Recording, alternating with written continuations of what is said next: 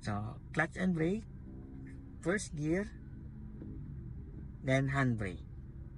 Yan. So, ito ay uphill. Full turn ka ng left. Biting point, laksan ng pakaramdam sa vibrate. May sasakyan pa sir eh. Nakasignal ka. Ang biting point, hindi ibig sabihin tatakbo gan. Diba? Signal ng left. Okay, vibrate muna.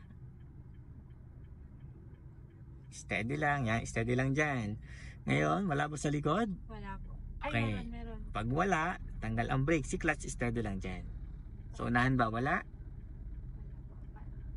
Okay. Tanggal ang brake. Pag wala, head check. Yan. Gantingin din dito sa right.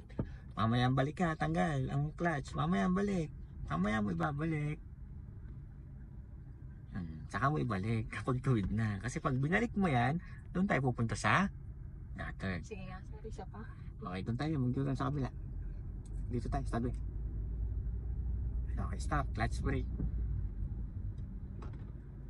Okay, first gear.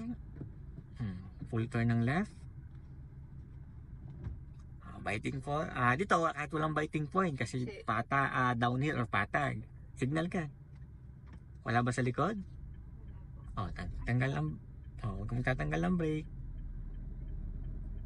Wala na? Wala na. Tanggal ang brake. Head check na ikaw. Yan. Testingin din dito sa right. Mamaya ibabalik ka. Walang gas. Yan. Okay, diretso. Okay, isa pa. Last. Stop. Yan, diretso na tayo. So, para alam mo yung U-turn. So, U-turn ulit. Relax ang kamay. Nakasignal dapat ang U-turn. Ito ay uphill. So, vibrate muna. Up, steady. Wala ba sa likod? Wala. Tanggal ang brake. Ngayon, head check na ka. Tingin din dito sa right. Wala sir.